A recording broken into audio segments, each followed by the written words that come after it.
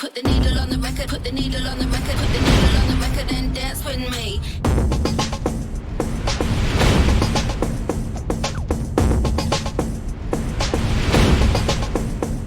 Put the needle on the record and what you hear, memories getting sparked in the sound of your ear. We're talking records about the records that spoke to us, like even next records that have broke to us. But records is a crime, get the AF. Check out this episode, we're clinically deaf. We're talking records.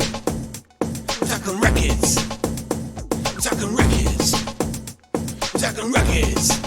That's right. Welcome, vinyl and record fans. From all walks of life, from the audiophiles to the heavy milligram noobs, we are here for you. That's right. It's time for another episode of Talkin Records, an audio occurrence that connects the sonic sound to the flowing neurons and matter in your brain. I am the vital one, and along with Billy G, we'll be ringing your proverbial mental auditory sponges on Prince's 1998 release of Sign of the Times. So, Bill, do we adore this double album? Does anyone in the house know about the Quake? Let's find out and get into it.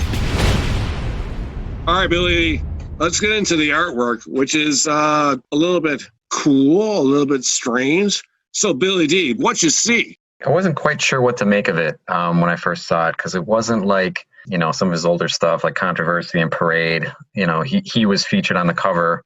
In this, you can only see half of his face way at the bottom. He's slightly blurred, and it's a still image, obviously, but it looks like he's walking away from the stage, like almost like like he's leaving the scene of a crime or something. Like he's just, he's done his business, right? He's done his job. Yeah, he's dropped the mic and I'm out. And he's walking away.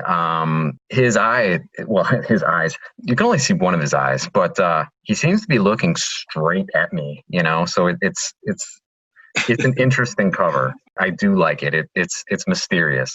When I look at the cover, I mean, obviously we see an awesome drum set, and there's like a cityscape. We have basically like a sign for a hotel. We have a sign obviously for like a bar and grill behind a peach drum set, and also the floral bouquet. And then we have his awesome peach guitar.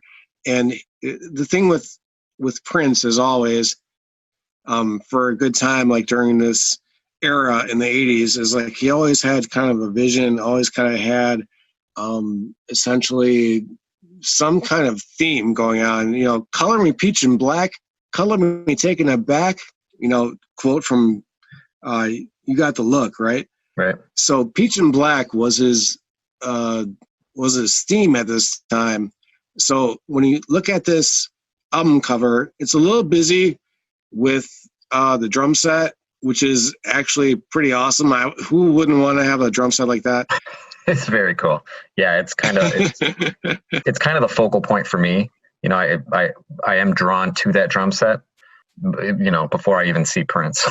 Right. I mean, that's kind of all you're looking at, and then to further more some of the thematic qualities, during the cross, he's like, ghettos to the left of us, flowers to the right. That's another lyric that he, has during this experience, which is, Sign of the Times. So we have a floral kind of thing skewed with the drum set. And then at the bottom, we have his peach guitar. But for me, honestly, like when I was a 14-year-old kid and I walked into the mainstream, I don't know if we can actually say that. But when I walked into the mainstream and I had a choice of picking up the album or picking up the cassette, I was looking at both of the album covers, and I was like looking at him on his visage, which was on the lower right-hand corner. I was like, is he like trying to be a zombie, or because he was like a little bit just kind of out of frame, maybe on purpose, or he had a little bit of a green tint to him. He did have glasses. He did have glasses on. I was like a little perplexed, and honestly, I think at this point I was just like, okay, what is he trying to do now? Yeah, it's mysterious. He almost looks like an alien too. Right. Absolutely. And then we're as far as thinking about the theme of the album, which is Sign of the Times, I thought maybe like, now is he trying to say like maybe he's like kind of the watcher, or I mean, the only tune that was really overly kind of like watcheristic or talking about what was going on. And what's kind of funny about especially the title track, Sign of the Times, is that he mentions a lot about it's kind of funny, Bill. He mentions a lot about, going to the moon, like and the shuttle explosion. Do you remember those days? Yeah, I do. That was like actually like part of the chorus, when the rocket ship explodes and everybody still wants to fly. I mean, that's in the chorus like twice, but yeah, that's heavy stuff. So I'm wondering if that was kind of like his version of like being kind of like being the watcher on this album cover.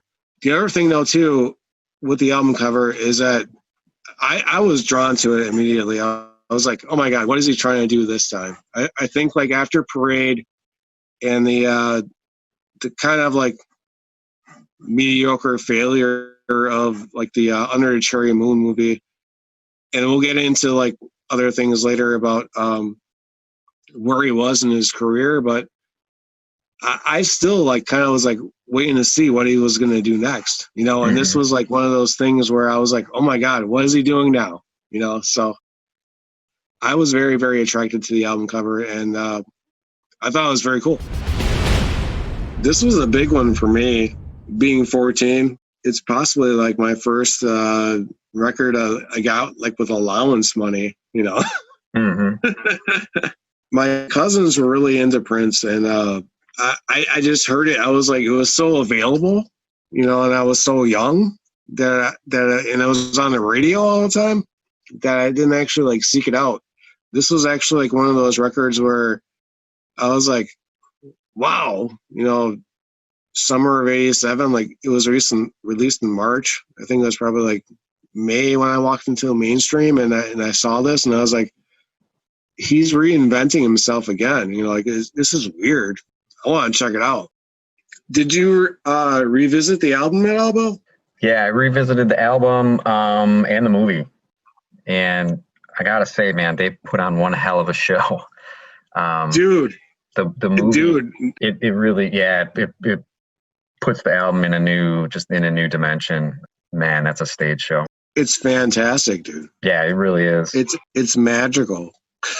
In my opinion. And it's I guess what's really crazy from what I understand, Prince did most, well, except for You Gotta Look, but he did most, if not all, of the instruments on the rest of the songs. But then that live show, he just picks the greatest musicians as well to play his creations. So yeah, I love that movie. Honestly, Bill, I think I watched that, and I still have that VHS tape somewhere here in the house. I think it's probably in the attic, but I think I've watched that, man, at least like 100 times. It's nuts. It's good. Yeah, it's really good. I appreciated the album even more after seeing that video. There's something to that for sure, because there is no Ballad of Dorothy Parker. There is no Starfish and Coffee. He actually does, like right in the beginning, he does a Little Red Corvette, like to please the crowd, as it were. Right. He like does that right in the middle of nowhere. But then it's like it's all about just a party, man. And for the most part, Sign of the Times is just it's a huge party. It's like it's weird because he does Sign of the Times, and he releases that tune, and for all of us moderate or just general fans, we're thinking like, oh my God, is he going to make a statement about the world? Like, probably just on that song. Because that's what he did. Yeah. You know what I find so interesting about this album is that it wasn't recorded as an album.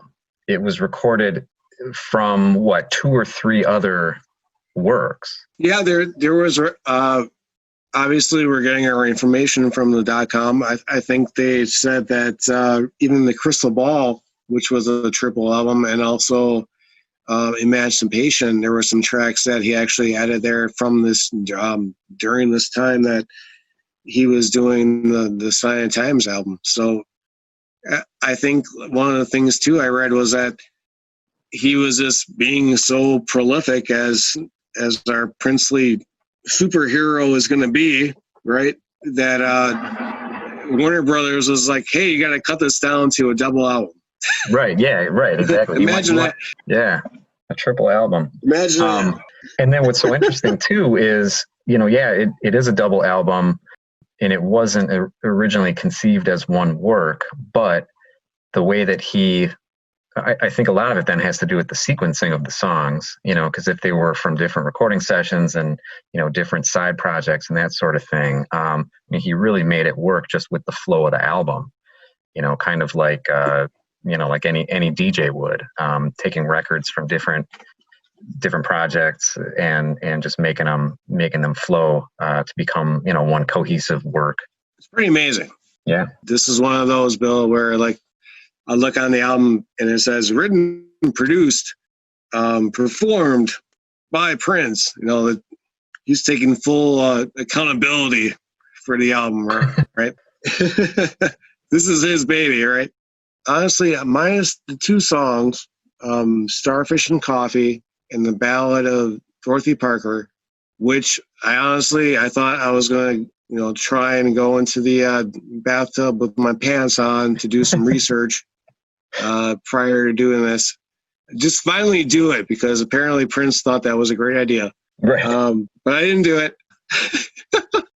Minus those two songs, this is just a phenomenal point where he was in his career. I mean, when I listened to Sign of Times and with the music movie, oh my gosh, it's like this was actually my Prince. This was actually where my jumping on point was. There was people where that, possibly older than me, like my cousins who were very much into Prince. 1999, they were big into Prince.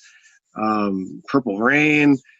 I'm not sure too many people that were huge in them during the parade thing. Under a Cherry Moon was kind of a panned movie, and I didn't go see it. Obviously too young. I mean, I was 14. Yeah, but I was like, yeah. So I was going off like just word of mouth, and there was no internet back then. But the album was good. I loved Parade. The album was good, but I heard it a lot from my cousins. So I didn't actually have to go run out and grab this stuff. So when Sign of Times came out, he was almost kind of like trying to reinvent himself, like in such a way where he was like, you know what, Parade was, and Under a Cherry Moon was, that was that. He disbanded the Revolution and then came back al fresco, right? In Peach and Black. And I was so excited, and I jumped on that. I was like, oh my God. And when I listened to the Sign of the Times album, minus those two tunes, it's flawless. Those two tunes, I don't think that actually need to be on this album, because we have such great tunes. We have awesome tunes like Housequake, right, Bill? Housequake, yeah, that's definitely my favorite. So the intro, right? He says, "Shut up already, damn." I actually heard that sample first on it was a scratch sample on a song called "What You Don't Know" by Tough Crew from Philly, a rap group. And their DJ, he's really good. He was just cutting it up, that sample. And so it wasn't until a little later that I realized or found out that that's where that sample came from. It became popular, ended up on scratch records, made for DJs, which I have one of them. When I found out that it was from Housequake, obviously I immediately recognized that sample. Housequake is my favorite song on the album. I love it's great. It is great. I love the P-Funk kind of George Clinton thing going on. Obviously James Brown sound to it. It's a fun song. I like that a lot. second favorite song is going to have to be Sign of the Times. I was listening to it on headphones, Sign of the Times, just recently. Sure. And just, it's really sparse. You got the drums, just starts out with, some bass guitar or bass synthesizer, I'm sorry. And then this guitar kicks in. Yep. And so recently I had headphones on and this guitar kicks in and the guitar sounds like it's coming from over my right shoulder. Like that's just how spatial this mix is. And for Prince or the engineer or whoever was able to pull that off sonically, that's kind of challenging.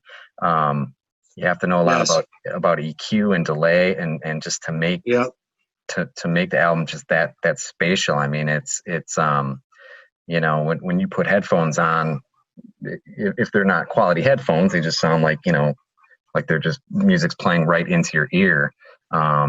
With better headphones, you get more of the space, more of like it's happening in the same room as you. I said with this album, it's like it's in the same room with you, as even to the point where you can hear stuff coming in over your shoulder. It's really crazy. It's remarkable. It is. I would say it's actually remarkable. Really amazing production. Really, really creative and inventive. And then, of course, all of his vocal overdubs, just awesome. It's an album for me that, like you're saying with headphones on it, it's just, it's something that I don't think will ever be, duplicated again. I think he was trying to make his break. He disbanded the Revolution at this time. The Parade album was good.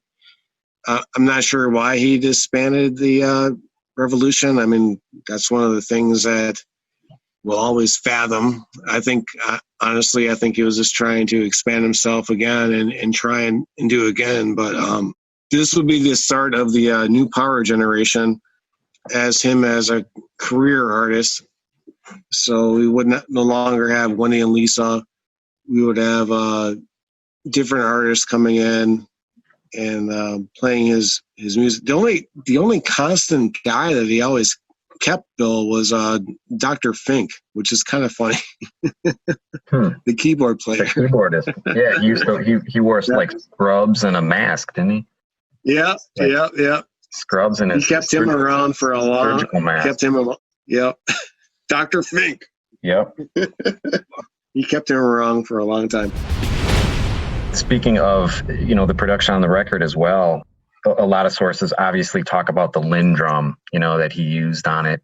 And I think what's so cool about not only this record, but just Prince's productions in general, he uses drum machines, but he makes them sound, they're not as robotic. And it's not, they're like funky, man. It's not mechanical, right? It's funky, organic. More organic than the other stuff going on at the time, especially. And I think a lot of it has to do with he's just doing kick and snare and some toms. He doesn't have that real mechanical hi-hat. Like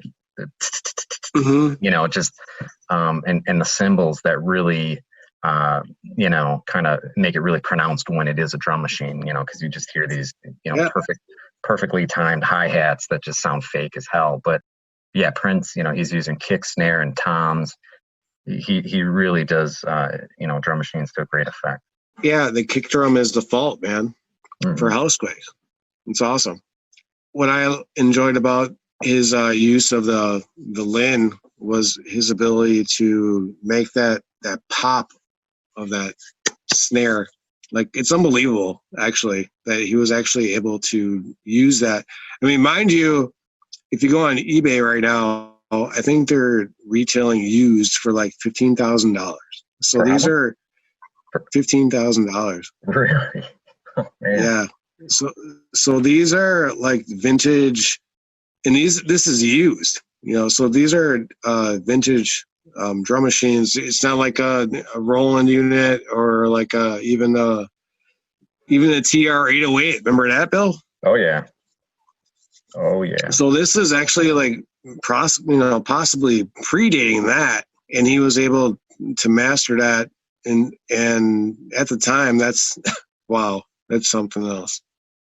I think like you have to imagine yourself sometimes like if you were Prince and essentially you got a record deal when you were 16 years old, right? Yeah. And he was writing his songs at 16 years old, and then given basically the top of the line equipment. It's just like, my God, he made the most advantage of it in his lifetime. And man, just the consummate artist, in my head, the consummate artist hero. And he's greatly missed in my opinion. I mean, he did what he had to do. He said what he had to say. And I think the reason why I just miss him is just because, I think he was great. He was great. He was awesome. Yeah, for sure. So I heard that he has about 500 songs, like recorded and mixed in a vault somewhere. Have you heard about this? Sure. Yeah, I have. Yeah, like 500 or so unreleased songs. Have any of these been made public, or I don't know. Has there been unreleased compilations come out since his death?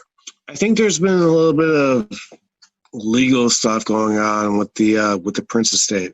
Honestly, I think they're trying to slowly roll out some of that unreleased material, but I don't think that it's actually formally come out as a compilation yet, like since his death. But I think that may eventually come out. But there hasn't been like a full-length album of like unreleased tunes by Prince yet. He was, like we've said many times, he was very prolific. I think my heyday of Prince was like, 80s until like mid 90s. I think that's when some of the, in my opinion, some of the quality was starting to drop a little bit.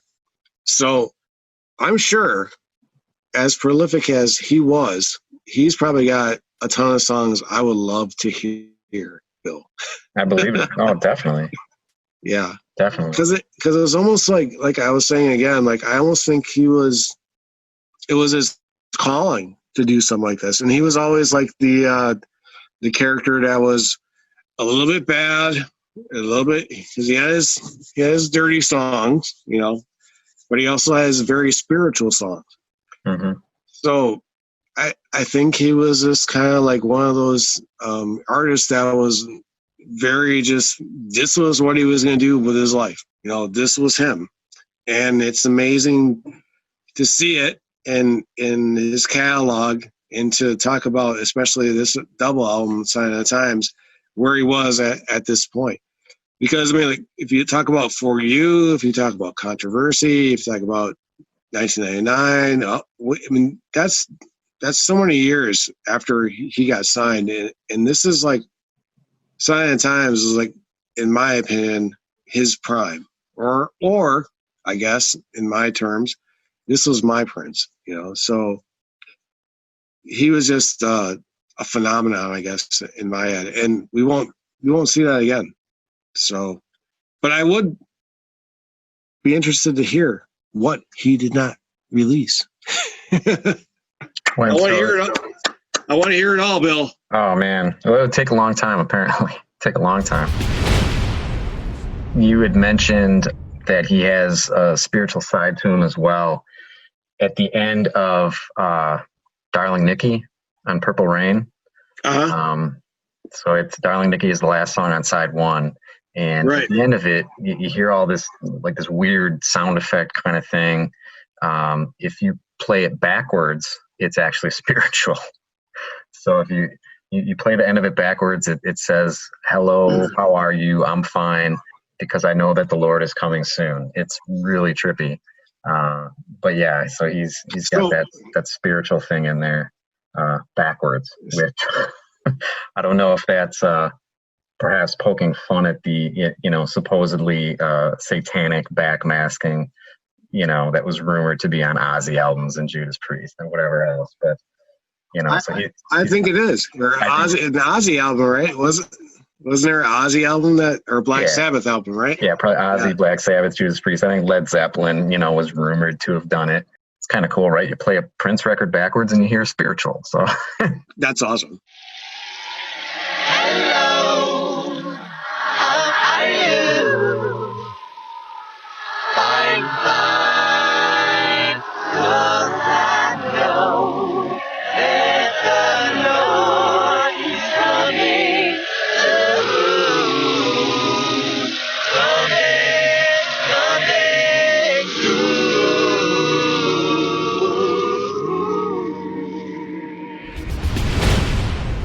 So you listen to an album like Sign of the Times, the songs are all really different in a lot of ways.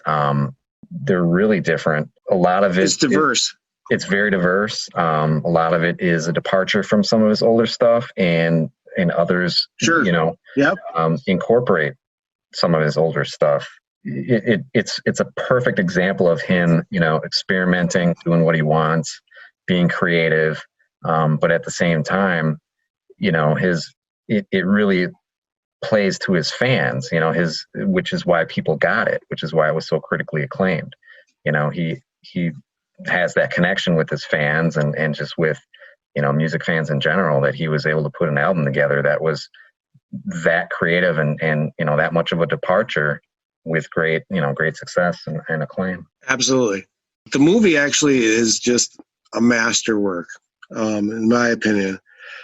But the cross, right?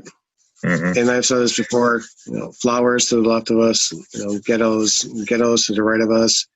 He's surveying the world, essentially. We will all be taken, if we can all bear the burden of the cross, But then we have songs like You Got the Look, which is very highly sexualized.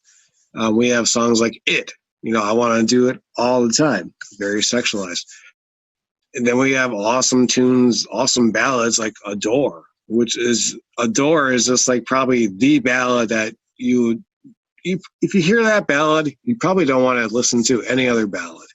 It's the ballad to end all ballads, yeah. It is. It's beautiful. It's a beautiful song. He displayed his craft here on this album. Even like a little bit of pop fluff, but a little bit of fun, like I Could Never Take the Place of Your Man. Oh my God. Fantastic song.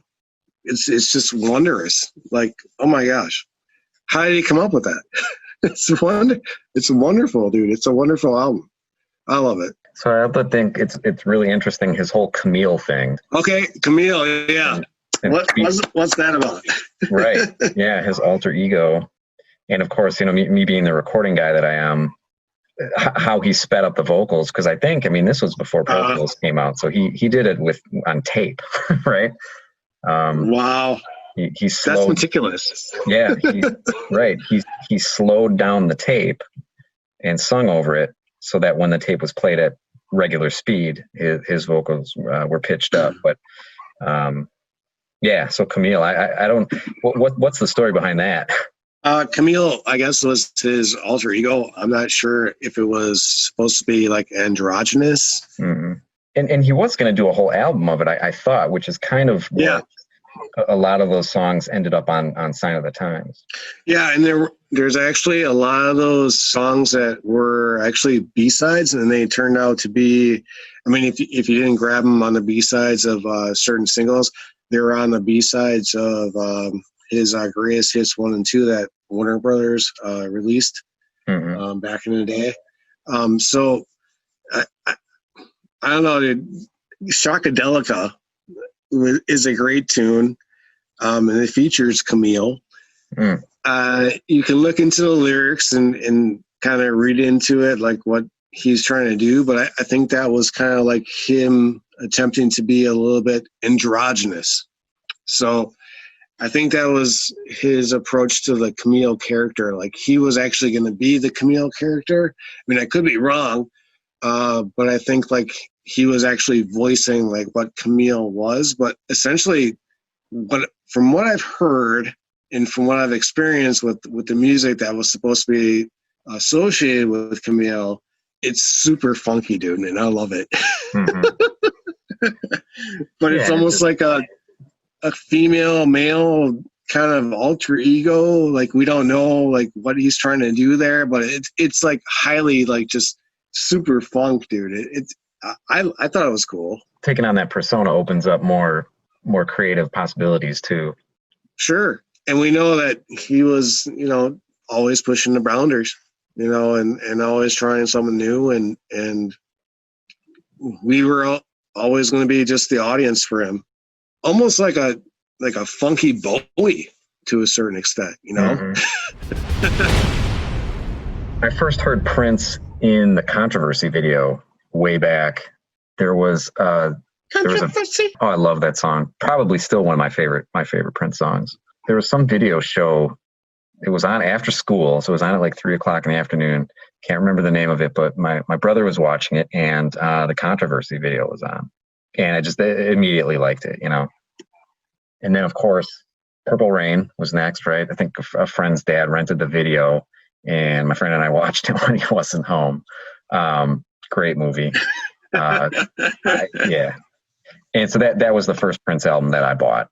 I bought the vinyl, which I still have, and I've got a second copy I acquired somewhere down the road. But with that vinyl, Nice. that's when I discovered, I was playing it backwards on my little JCPenney turntable. Finding out what playing Darling Nikki backwards, but I was introduced to Prince by like my cousins, so I actually didn't have to buy a Prince album for like years because they were so into him. 1999 was like my jumping on point, like just I guess essentially like hearing or being introduced to him. So I heard all of the 1999 album, and obviously Purple Rain was such a big impact on us as youth and American culture that I actually didn't have to run out and be like, I need to own it. And also I was like, mine is 14 years old at the time. So, and it was on the radio a lot, and I knew I liked it. I thought it was cool. Yeah. I remember seeing the Doves Cry video, and I was like, oh my gosh, he's almost like sans clothes, and I was a little bit weirded out by it. I'm still weirded out by a lot of his stuff, but he was pushing boundaries, and he needed, and it was a different time, and if you wanted to get attention, that was kind of an easy way to do it. We didn't have the internet now, and the internet now is kind of a little bit of a detriment to artistry at this point, in my opinion, because artists back then were trying to get exposure by catering to record labels and pushing these boundaries and putting themselves out there, and their talent was through the moon, right? So nowadays we have the internet where anybody and everybody thinks they can be a star. So it's like even more, it makes me appreciate who Prince was. He was phenomenal. But my introduction to him was, it's almost like it was weird at first. Yeah. So my cousins had the albums, and they were also into Rick James, Bill. Oh, absolutely. Rick James was the man. Yeah. So we had the Rick James and we had the Prince, right? And then Purple Rain came out, and there was no more Rick James. It was all about Prince. When I was 14 and I went into the mainstream, that's when I made this this version of the Peach and Black Prince, the Sign of the Times Prince. That's when this Prince would become my Prince, and that's when I became such a huge fan that I had to have everything that he put out. The only album I think that I don't have is For You. Actually, I might have it on cassette somewhere, but everything else I have, and he is a hero to me, and he will always be a hero to me. So now I'm going to ask you the most controversial question. Sure. Basically, it's almost like some people that fit into one of two camps, either Sign of the Times or Purple Rain. So with the two songs on Sign of the Times that you don't like, all right, so now put aside what your favorite songs are from either album or that sort of thing, but in terms of being one cohesive album, all killer, no filler, which one is better, Purple Rain or Sign of the Times? Sign of the Times. Okay. All right. Well, there you go. Yeah. So I guess the Ballad of Dorothy Parker isn't as bad as you think, right? Well, I think like Darling Nikki, as much as so many people adore it, right? And it's a decent tune, right? But I don't think that's a great tune. I don't think that's a great Prince song. I don't think that's a great representation of him. In Computer Blue too, another one. They're good tunes. I just don't think that those Purple Rain album tunes are my favorite. Whereas I can go to Sign of the Times and I can replace those two. You know what I'm saying? Right. You can overlook those two. Yeah. So it's kind of weird because I could actually go without Computer Blue. I can go actually out with Darling Nikki because like I'm never in the mood to hear Darling Nikki. I'm just not, Bill. And I'm never ever, I'm like, oh my God, I got to hear Computer Blue tomorrow. I just, on the way to work, I got to hear it. No, I'm just, but, I wish you, I would die for you. My God, I would die for you. Yes. That's one of the songs I would definitely want to hear, Purple Rain. I would love to hear that. Let's Go Crazy to a certain extent. Although I've heard it many times. But Sign of the Times, I can just put it on and except for Dorothy Parker. Starfish and Coffee to a certain extent. But I do remember my sister and I often singing Starfish and Coffee. So it's catchy, it's silly. I really, really like the Pink and Black thing. He was like always so just the consummate artist. Like he had to have every album he had to have like some kind of theme, some kind of color scheme. Peach and Black was Sign of the Times, right? And originally I was like, Peach and Black, does that even match? Right. But it totally fits the mood of the cover. It does. He made it work.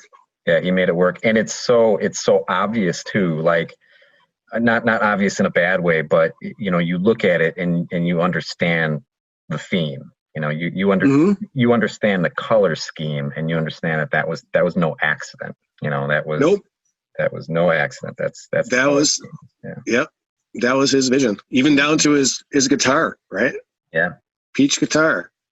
I don't think there'll ever be another person that would take this meticulous attitude toward his artistry than Prince. How do you feel about that? I don't know how he did it. I really don't. I don't either. I don't know. Yes. I don't either. No. How can anyone be that prolific? I mean, I haven't written a song in 15 years. He decided, he was like, this is my calling. I mean, oh my God, like what a human being, Bill. He tried to settle down at one point with Maite, and she miscarried. I mean, what kind of Prince would it possibly could have had? He could have been a father, and it didn't happen. It's like God put him on this earth to be him. It's so strange, but so beautiful at the same time. I guess I don't know. It's weird. He was just an anomaly.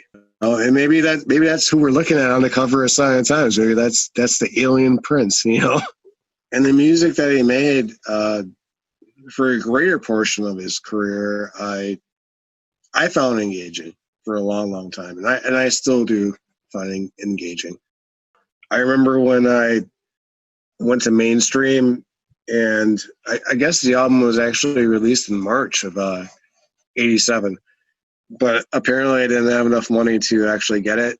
I had the 45 of Sign of the Times, and Kat is featured on the cover of it, and she was a dancer that was so obsessed with him that she was able to actually penetrate his entourage. And she's featured in the movie as well as a dancer. But Kat is on the and she would go on to be a rapper on Love Sexy, the album. But Kat was able to infiltrate his entourage. That was how big of a fan that she was. And she's on the 45, and she's actually on the insert of Sign of the Times. And she's in the movie pretty often. Mm-hmm. But I remember seeing the Sign of the Times 45 for the single in March, and I grabbed it and I listened to it a lot. And the B-side was La La La He, and I listened to that on overdrive, both those two songs, and I was like, what is he concocting? Totally. I mean, this is what we talk about, right? On Talkin Records. It's the same thing with Dynasty. This is the point where I was like, basically like, this is my guy. You know, this is my superhero, my little niche thing. This has got to be him. He touched me in ways that I don't think other artists could ever do again. I mean, my favorite artist, my favorite album is gotta be this one, honestly. I can go to, I mean, there's artists like Peter Gabriel is my second favorite, Bowie to some extent, but Prince, man, oh my God. And it's funny because like when we were in high school, it's like, yeah, Prince is pretty cool, you know, but he was a little sexual. So it's like A little bit. So when you were starting out in high school, like you didn't really want to mention that kind of stuff. Even more than Michael Jackson, even more than Peter Gabriel, even more than the other artists that I hold in high esteem. I think Prince was like I think he was the one for me. He's in a league of his own, really is. It's insane. How that's never going to happen again, right? He thought it was his calling to entertain our ears, right? And not only that, he wanted to entertain our eyes too at certain points with his movies, with his dance moves, with his, you know, he was just an anomaly. Michael Jackson, I think, tried, right? I think he was great too. I do. And I won't ever discount his ability and his catchy songs. And I like Michael Jackson a lot, but Prince he was just it. Look how he played guitar, Bill. Have you ever seen him like solo on guitar? He's a good guitarist. I mean, I hear some Hendrix in his playing. You know, I hear all kinds of just amazing stuff. You know, and that's just one of his instruments that he plays. He plays right. He can play everything. So you know, you had mentioned like Michael Jackson, and Michael Jackson, obviously, you know, really talented guy, but Prince is at a whole nother level. You know, just musically, and I think stage persona too. I prefer Prince. I read somewhere that so Prince was on painkillers, you know, a lot towards the end of his life, and he was having back problems, and and his back really hurt from all the jumping around on stage that he did in his heels. But you know, with high heels on, but he refused to not wear high heels because that was part of the entertainment, and that's how much of an entertainer he was. You know, he wanted to put on a good show, and he wanted to jump around. And I always thought, well, you know, couldn't they have made like more comfortable shoes for him? But you know, that's what he did. Poor guy. Yeah. You know, he suffered for his art right there. I actually heard that he had hip replacement surgery. Oh, okay. From doing the splits all the time. Yeah, he's active. I mean, he moved. Not only was he magical guitarist in the studio, you know, working with like the Lynn drum thing, making it sound organic, having all this artistry in his head to do something fresh and new, like with, characters like Camille or themes like for every album, like Parade, Purple Rain, or like Sign of the Times, like just trying to be out there and just try to like to dazzle us as the community or as an audience. He just went above and beyond all the time. So yes, it's very sad. He succumbed to painkiller addiction or overdose. I mean, when I heard about it, I was very, very touched by it. I was very sad. I mean, I guess I'm going to go on record now and tell you, Bill, I think one of the reasons why I was really, really touched and really, really sad is I never got to see him live. And there was times when I actually had the chance to, and I just thought that I would catch him next time or something like that. And then it was too late. And he was like one of those guys that I would watch on VHS tape. Sign of the Times, the movie, I would watch that all the time. I was never actually there, and now we're in COVID. The world is changing. He passed, years ago, never mind COVID, but concerts and all that is changing. But it's like I probably could have had a chance to see him and I didn't, and that it's actually the same with Bowie too. But I regret that a little bit because I would have loved to seen him live, and it's kind of sad for me. I think he is basically my hero who I would aspire to be. I mean, I'm old now. I can't aspire to be him anymore. But in my youth, oh my God, he was just on point. And how can you not respect a person who essentially just became a product on his own accord and enjoyed being that product? That's something that's not going to happen again.